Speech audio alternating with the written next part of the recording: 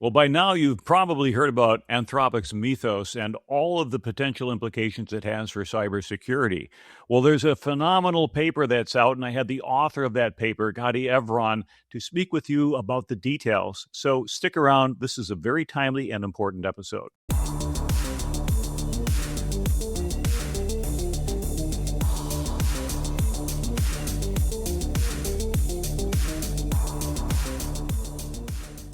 You're going to hear a lot more about vulnops in the coming months, but what does that mean in practical terms? As a security leader, you'll have to decide what to fix first, what can wait, and how to move fast without breaking the business. To do that, you have to aggregate vuln data, calculate asset criticality, and laser focus your teams with remediation priorities. There's a tool that already does all of that. Check out vulnaxis.com. Not only does it incorporate vuln management and remediation, it helps with real-world operations, routing issues, tracking ownership, and automating patch workflows. The era of manual remediation has passed. Get with the times. Operationalize your defense with vulnaxis. Hello and welcome to another episode of CISO Tradecraft, the podcast that provides you with the information, knowledge, and wisdom to be a more effective cybersecurity leader. My name is G. Mark Hardy. I'm your host for today, and I have Gadi Evron from Gnostic. Gadi, welcome to the show. Hello, thank you for having me. Well, you're looking pretty well for a guy who's had almost no sleep. I know we were originally going to record this thing on Monday, the 13th of April. We pushed it back a couple days because the past weekend had been nothing but a huge flurry of activity. And you were kind of at the hub of all of this. So for a little bit of background, I want to tell everybody what happened with all of this AI vulnerability storm. Well, I would say I was the cat herder, and herding cats is hard. But it wasn't just me. It was a team effort with a lot of people. My two partners in crime who helped me organize this were Rich Mogul from the CSA, Cloud Security Alliance, and Rob Thiele from SANS, but also OWASP's Gen AI Security Project stepped in, Unprompted stepped in. About 250 CISOs edited live. Watching that document with 250 people adding comments and arguing over things was wonderful and horrible at the same time. And with that said, there are so many people truly who helped out. If you look at the list of authors, you'll be able to, because again, I'm feeling like I'm taking their credit away when they worked so hard. And then the contributors, the reviewers. If I have one request before we get into this for the audience, is look at the reviewer list, not just the authors, and find a name or two you know and thank them, because they sacrificed 4 days and 4 nights of their lives, including the weekend, so that the cybersecurity community wakes up Monday morning and has information that is reliable, an introduction and primer to this thing, an ability to understand the risks to the degree that it's possible right now, an ability to understand what is needed in their security program, how to talk to the board about this. And of course, it's a draft.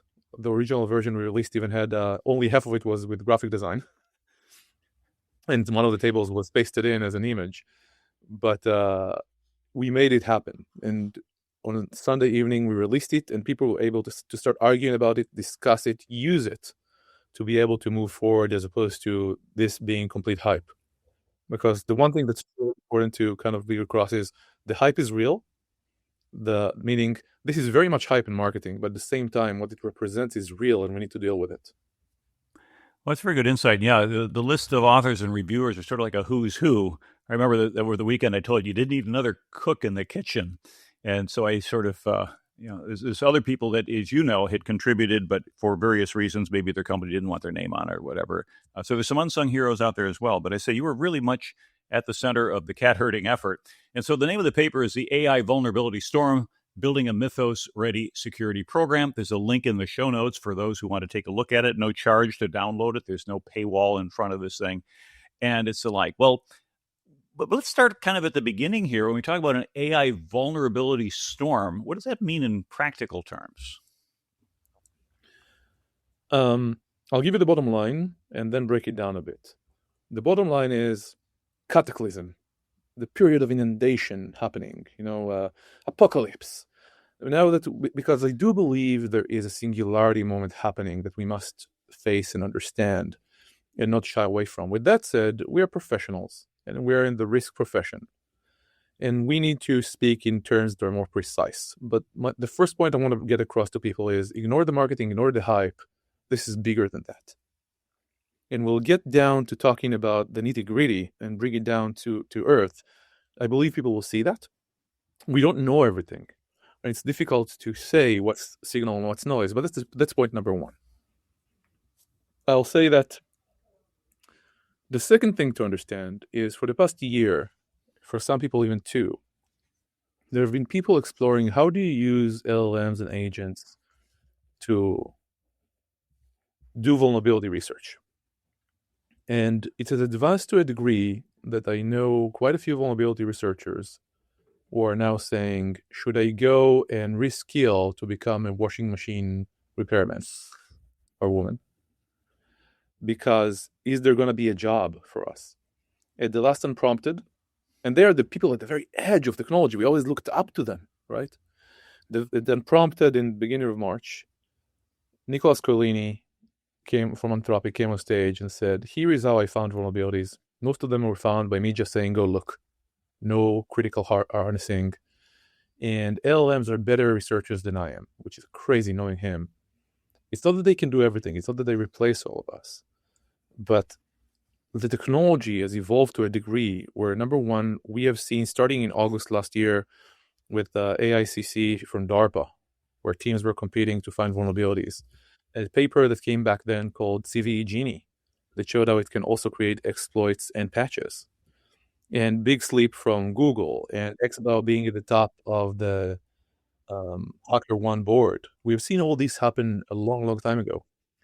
And slowly but surely, and this is just because Mythos came out, you can see the open source projects getting a lot of slop by hallucinated reports, closing down their bug bounties. But at the same time, they start saying this is more important than that. For example, the Linux kernel people came out and said, we used to get 2-3 reports a week. Then we got 10, most of them complete slop, useless. We're still getting 10 now a week. And most of them, if not all of them, are real.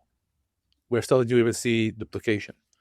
Curl, which also kind of closed down, said it's all slop, now saying it's all real. Meaning we have been seeing it for a while. All of these capabilities have been out there for a while, but beyond what Mythos does differently, which we can get into, I've never used it myself, so it's based on other people's reporting on this. Essentially, Mythos is where the world discovered this is going on beyond the research world, where CNN, the New York Times, and due to that, the board, the risk committee, the audit committee, the CIO, the chief legal officer, our mother, father, sons, daughters, uncles, aunts, all discovered this. So it doesn't really matter how important or how much marketing Mythos is, and it is real. It is now the Mythos problem. And don't get me wrong, Mythos does do some really cool things. For example, you can now chain various bugs to create more complex vulnerabilities. You can now do an exploit end-to-end in one shot, meaning just with one prompt. And it will get better, and there will be other models coming out. But the problem itself has been around for a while. And I think bringing it together is we need to understand how it affects us, which is more than just about vulnerabilities. We need to understand how we prepare and what we can do with this. And lastly, we need to understand how we communicate about it. That's kind of my take. But number one, it's not just marketing, although there is marketing, it's real. Number two, it truly is disruptive. We shouldn't use words like cataclysm, although I did when I tried 7 months ago to warn people about this. I took a risk of saying I avoided FUD, fear, uncertainty, and doubt throughout my career to the degree I could. The minute I learned not to do it, FUD is necessary, but so take it seriously. And lastly, we can handle this. We can go past this, but we have to take it seriously. That's very good insight, because I think, as we head toward, the Kurzweil singularity, and all of a sudden it's not a linear progression. All of a sudden we make these leaps in that general direction. What we've done in a way, or what Anthropic has done with this tool is, if you will, democratize the ability to be able to do deep research, to be able to do bug finding. As you'd indicated correctly, that's an area of specialization. You get really, really smart people. Steve Sims, whom I worked with at SANS for years, was, he had kind of like a little second career going with bug bounties, because he would find stuff. He's a brilliant guy. And then all of a sudden, we're finding out that instead of having script kiddies, we're going to have prompt kiddies that are out there who are simply going to go ahead and said, find a vulnerability in this. Today, Anthropic has limited the accessibility of this tool through Project Glasswing, and about 40 organizations have said, hey, take a look at this thing. It includes financial institutions as well. Of course, the concern is that I'm pretty sure adversaries would love to get at this, and they probably have people on the inside of these organizations. If you're an adversary, you can write very, very big checks, or you could extort people. And so they're getting peeks at it and taking a look at it. But what's the fundamental impact here? Because what we're seeing then is a collapse of the time to exploit that went from years to months to weeks to days to hours. And all of a sudden, if we put that on steroids and realize that virtually every system out there has inherent unpatched bugs that have been there in some cases for 20 years almost that nobody caught. What does that mean? Can we, as soon as this thing hits the street, is our entire civilization going to collapse? Do we rely upon Anthropic to kind of hold back the tide until such time as we're ready? And then, of course, as you had mentioned, the communications to the executive suite. Although we avoid FUD, at this point in time, it's one of those things where the sky is falling and we do need a check. But if we do need a check and if we're a CISO, what should we ask that check to be written out for? So a whole bunch of ideas that you can engage on as you like. I want to engage with all of them. I'll start by saying, number one, again, I'm careful of FUD, but this is real. The sun will still rise tomorrow. People will get together and will fix the problems. But treat is real. Ignore the hype. Understand it's real.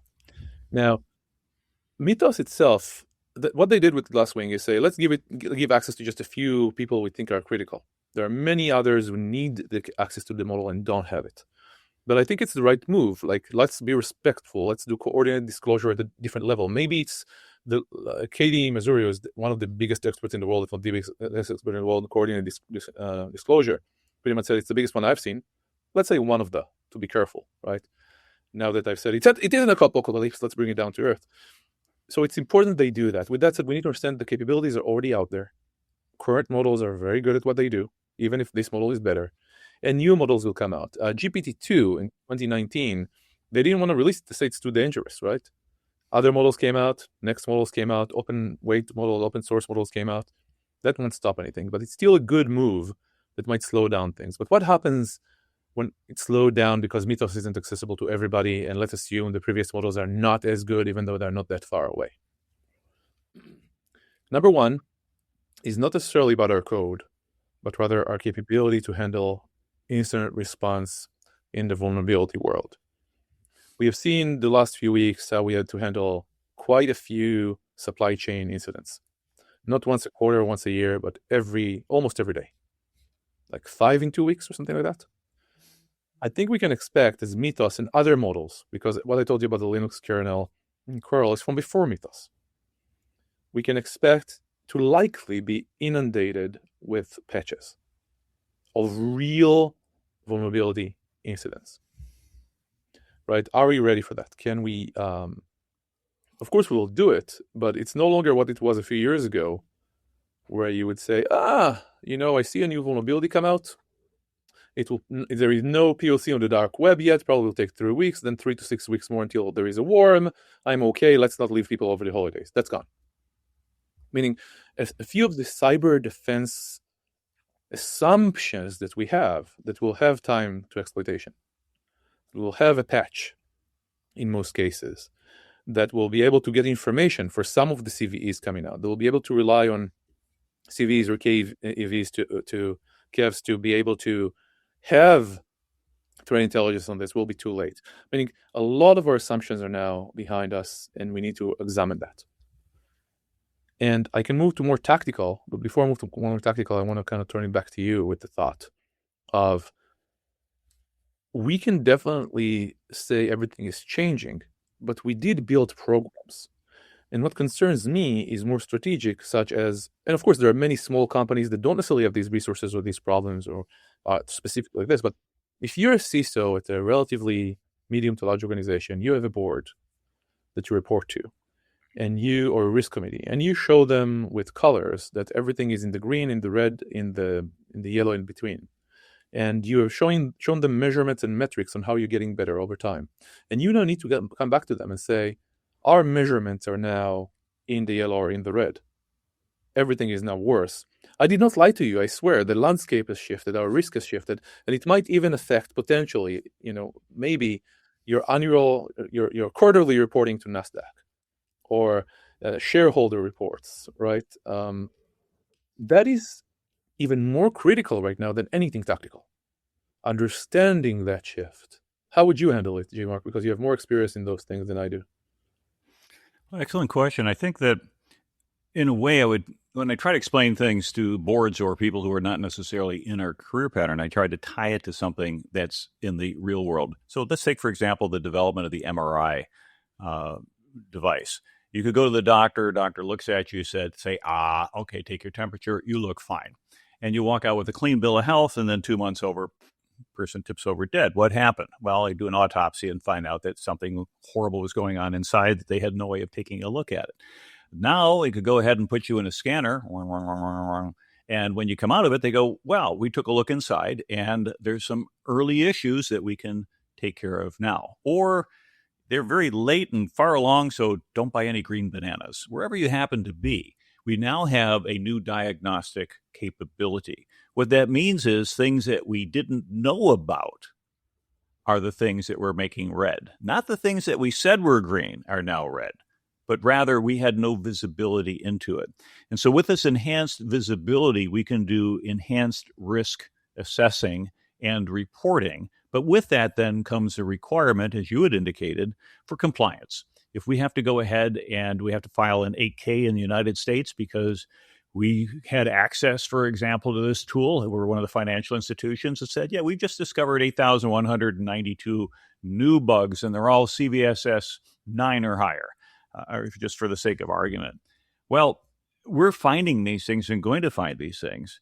But then it almost begs the question, as I said before, if you're the CISO and asking the board for money, what do you do? Because for the most part, we've had 3 different sources of software. The stuff that you write yourself. All right. And so when I learned how to program way back in the day, program with punch cards, I probably have just sitting over here because I used to hand these things out for people. It's kind of for fun. That's actually a punch card with my business name and address on it, just for fun. Did that at the Computer History Museum. But you wrote programs yourself and you debugged it till they ran. And then we had libraries where you go ahead and download .NET. And you said, hey, great, we've already got a set of tools that we can utilize. Then we go to the point where what's happening now. We're talking about AI writing our tools and things such as that, writing our software. People are doing vibe coding. Well, the vibe coding is not necessarily taking advantage of proven software libraries. They're back to the 1980s. Everybody's programming on their own. Each of these LLMs is writing its own little code in its own little world. And as a result, we have all that variability again. So maybe, and one of the thoughts that I had, I've been on a bunch of phone calls over the last couple of days, is we need the equivalent of something like either Cloud Security Alliance or OWASP to say these are standardized, locked down modules to do certain things like I/O, make sure there's no injection or you don't go ahead and do a buffer overflow or memory problems.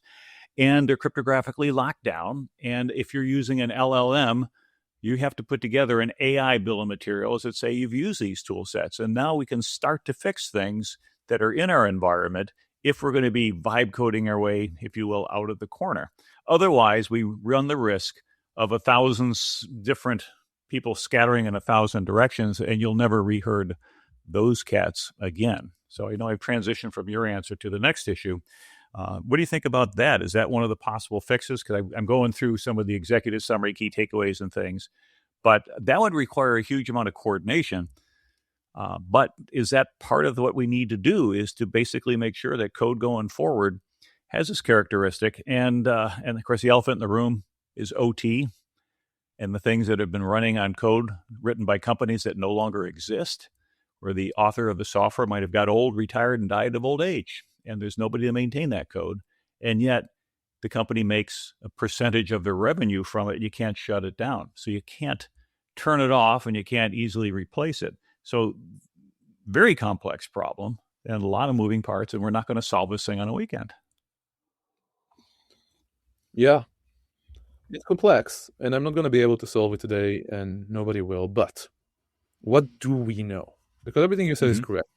Number one is this is a religious belief. I can open the discussion, but that means it starts for me as a believer, as opposed to let's discuss the belief that AI is a storm. It's here to stay. Many people are still doubtful about various things, but I see the capabilities. I work with it every day. And my number one suggestion to everyone listening right this second is you need to stay relevant. You as a person. Your teams need to stay relevant because I promise you, it's not just about what we talk about in cybersecurity often, which is burnout. Some people are sick and tired of talking about burnout at this stage. It's about reprioritization. It's about automation. It's about what's expected of people, but also it's about human speed versus machine speed. And we talked about the singularity. The singularity isn't evenly distributed. The attackers have had the singularity moment in vulnerability discovery, exploitation, autonomous run of attacks. Malware is coming now. And looking at that, knowing we don't yet have a lot of efficient or mature controls for defense on the AI side, what can we do? So, number one is look at ourselves. We can be, depending on what, 2 times to hundreds of times faster and better at what we do if we start using agents. A lot of people are feeling outmoded. A lot of people are thinking about retirement. I can never keep up. Even the best person in the world in this thing, probably like most professional everybody knows, is Andrej Karpathy, and he said, "I've never felt so behind as a programmer in my life." But the thing is, we don't need to be Karpathy. We don't need to be PhDs. We don't need to be at the edge of this to be relevant. All we need to be is power users. Some people know how to use Excel, which is difficult to be fair, right? Some people know how to use it really well. But if you use Excel and you know how to do a little bit with it, you're already a power user. You don't just load something and write in numbers.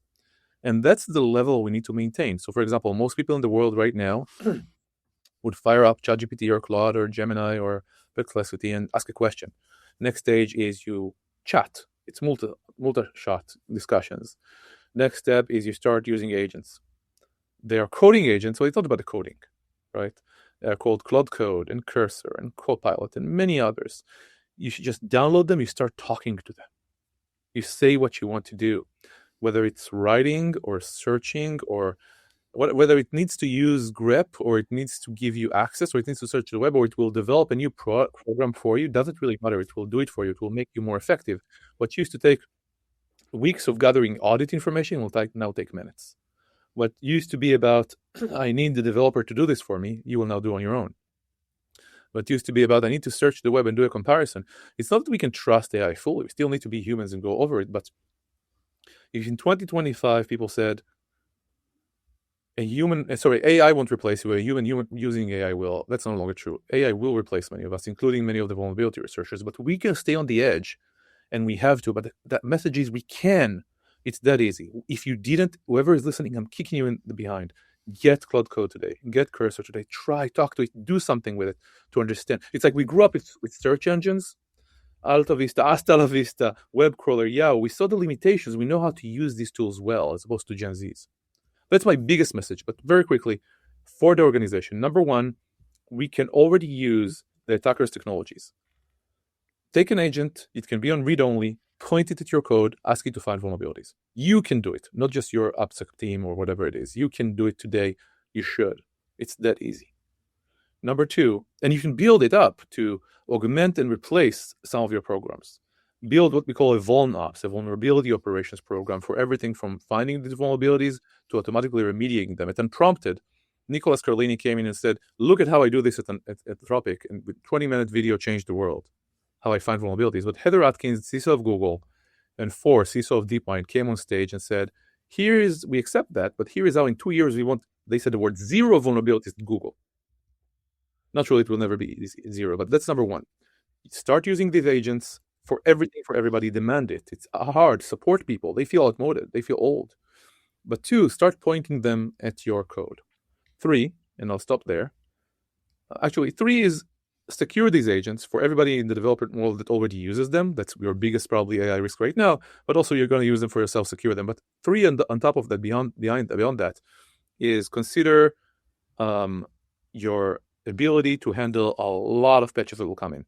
And this is, in the document, we go deeply into this, and it's complex because on the one hand, you say, you should probably put in a cooldown period for patches in case they are a problem or backdoored before you let them in.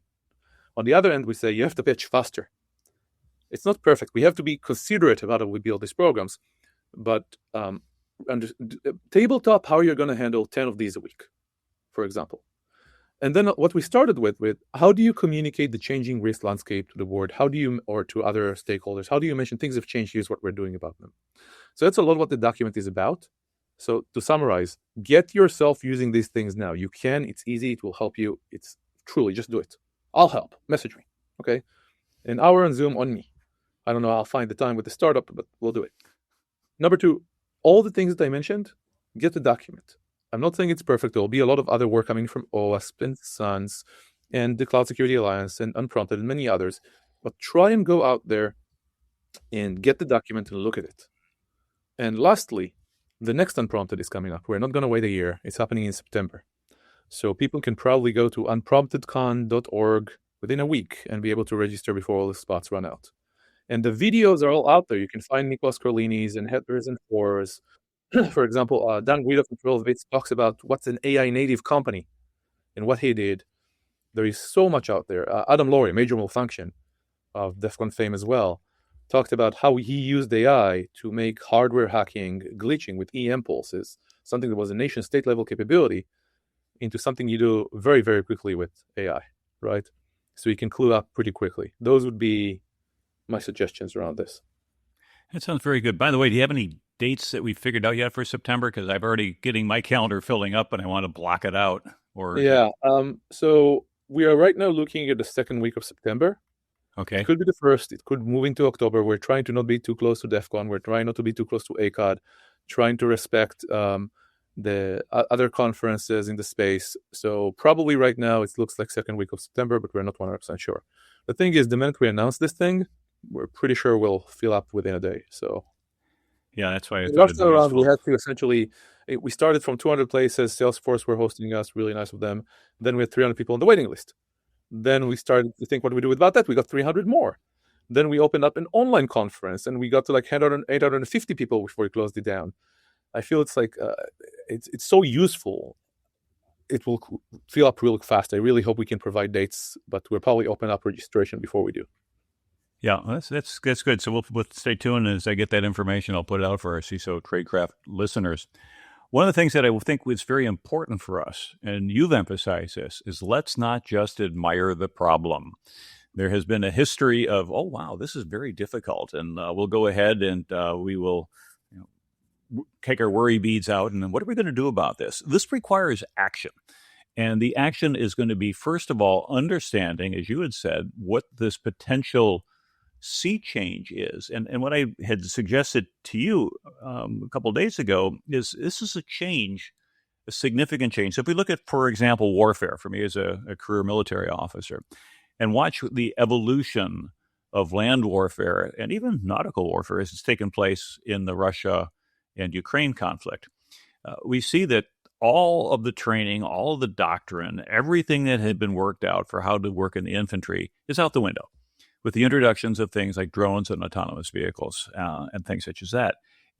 The old stuff just doesn't work. It'll be suicidal. It's a little bit like taking the old Jomini and everybody marches in formation.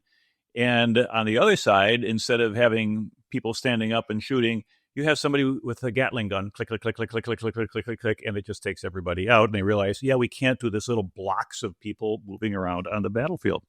So I think it's important to understand that this is a tectonic shift. It's one of those ratchets that has taken place in our career where you can't go back and live in a simpler time. And just hoping or worrying is not an action. We have to take action. And I think part of it is, as a CISO, look at what part of your program is going to need the first action, your ability to detect vulnerabilities. You had said a VulnOps program. Looking at the patch cycles, this week's Microsoft Super Patch Tuesday had more updates in it than they've had in a couple of years. And so far, so good, although the machine that I'm talking to you on took its merry old time in finally recovering from the patch, but everything seems to be working okay. But what happens if next month we find out there's 800 or 1,000 or 2,000 changes? We can't keep up with that. And then do we go from monthly to weekly, weekly to daily, daily to just turn it on and hope for the best? And then lastly, the governance. As you had indicated, if we want to go ahead and look at how do we govern things, governance relies on certainty. We expect things to be a certain way. We have hard data, and then we meet that standard. What we're looking at here is something where we don't have certainty. It is a lot of variability, and we cannot respond in the current existing construct of let's go ahead, dig out the documentation, figure out what paragraph and what line. By the time you've looked it up, you've already been compromised.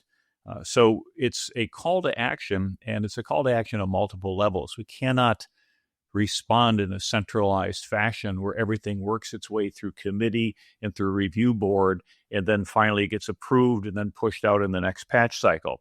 It's almost the same shift we had from going from waterfall to agile to DevOps.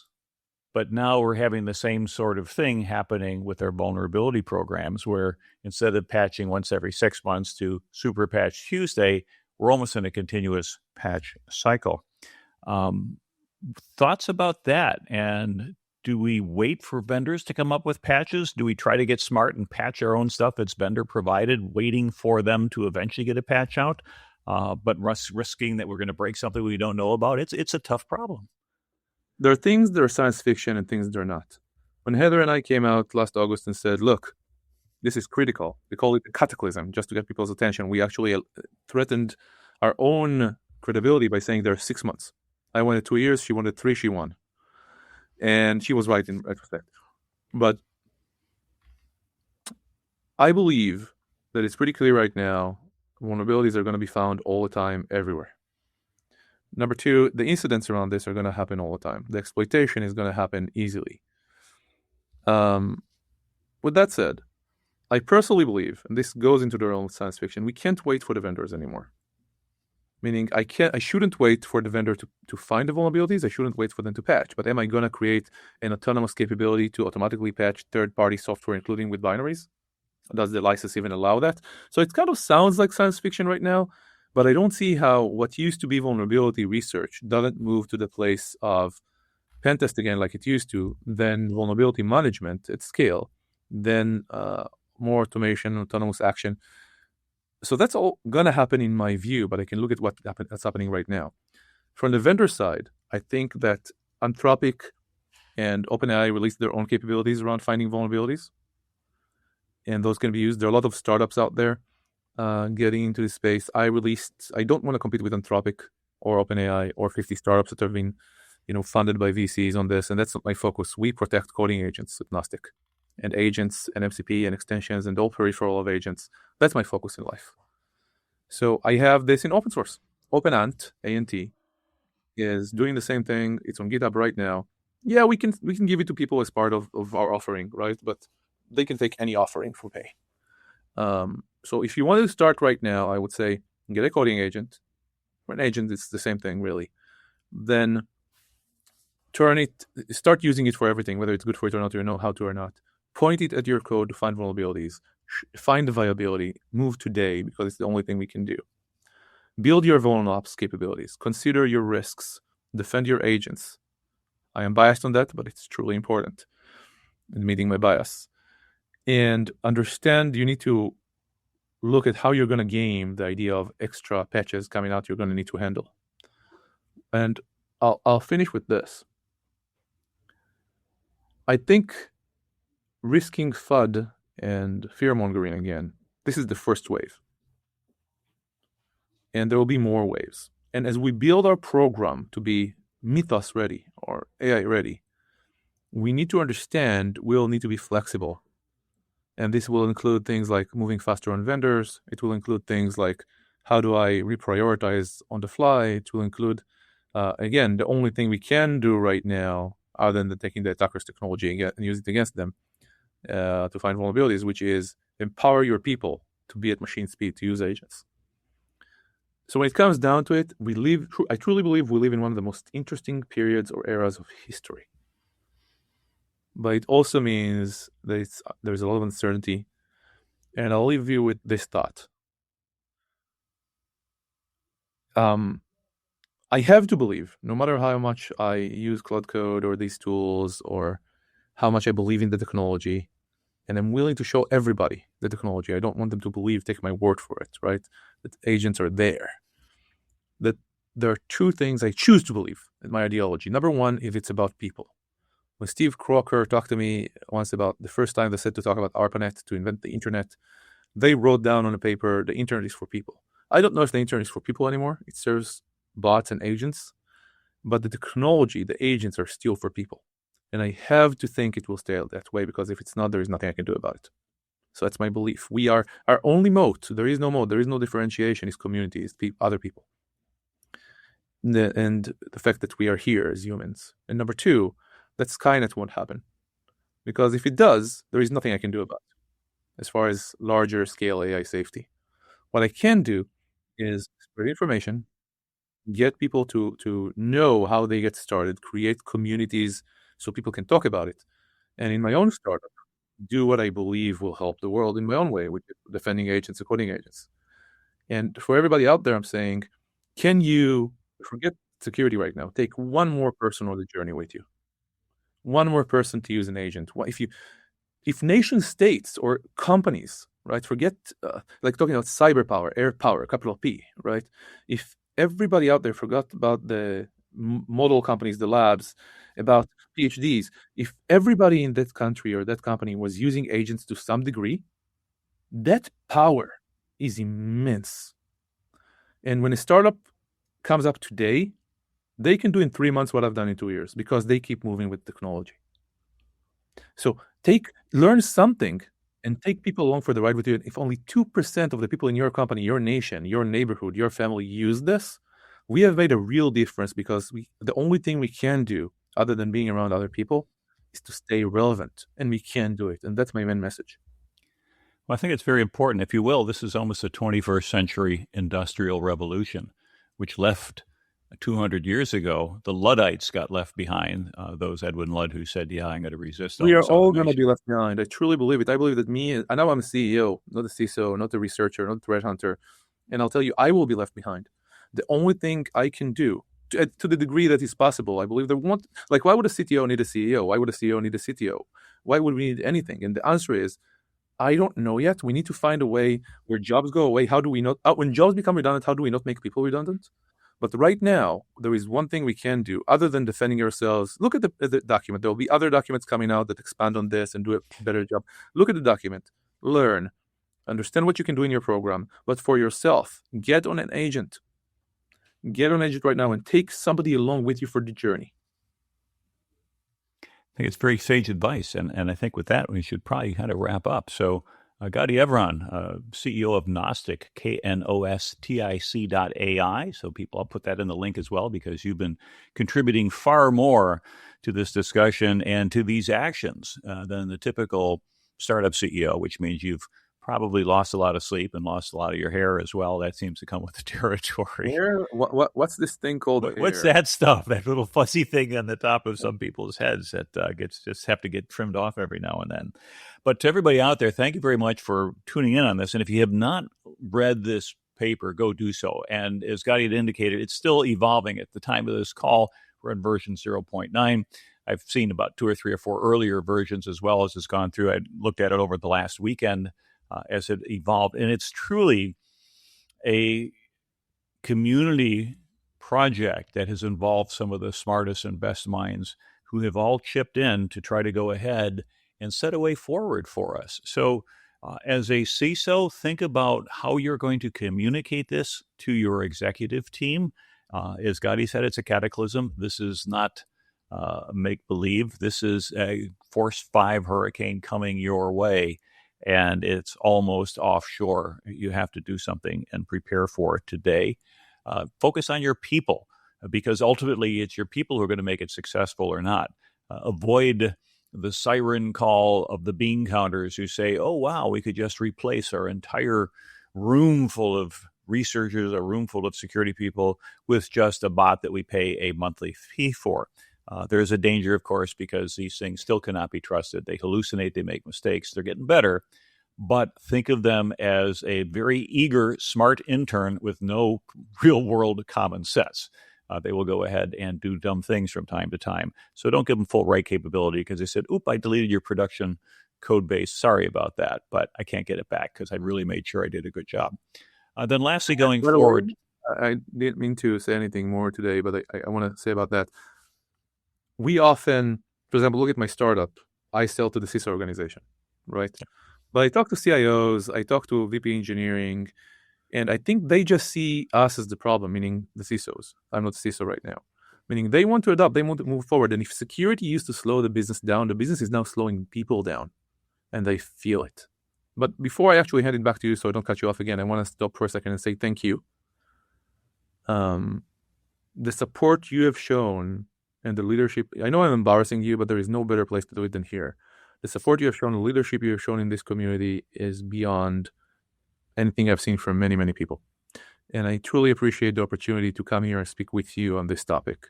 So just truly thank you for everything you do. Well, appreciate that. Yeah, I feel in a way I'm sort of in the give back phase of my career. I've had a chance to do startups. None of them have been highly successful, but I got a chance at a few swings at the plate. And there's still part of me who wants to go ahead and take one more swing at it. And as you're right, maybe you can do in a couple of weeks, which you could do in 3 years.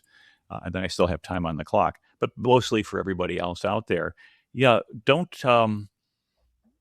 despair. This is important, and you could either cower or go ahead and, as you say, learn a trade. This thing is not going to clean your toilets for you, but somebody still needs to go ahead and unplug the toilets. And, Just you know what? I'll say one more thing here. I'll cut you off. In the 60s, they believed, right, that robots will fold your laundry but won't play chess. I mean, how wrong were we, right? When do I get my laundry folding robot already? I mean, seriously. Anyway. Yeah, well, who knows? Maybe that's the next startup that's going to be successful.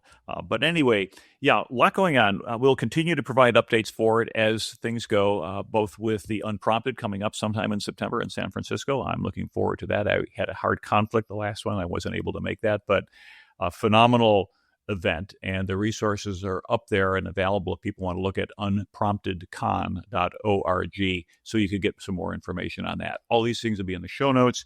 Anyway, so as we wrap up here, thank you very much for being part of CISO Tradecraft. If this has been helpful for you, please go ahead and let other people know about our podcast so they can go ahead and educate themselves.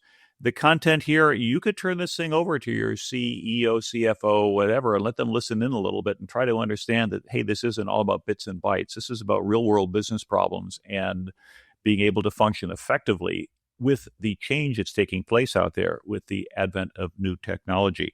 And if you are type of person who has questions, feedback, let us know. I'm up on LinkedIn. You can find me, G. Mark Hardy, also CISO Tradecraft. We'll be very happy to respond to you and let you know how we can potentially do our job better for you. So thank you very much. And thank you, Gadi, again from Gnostic for all of your leadership as well for going ahead and taking up the cat herding role. I think you can now add that as a line item on your resume.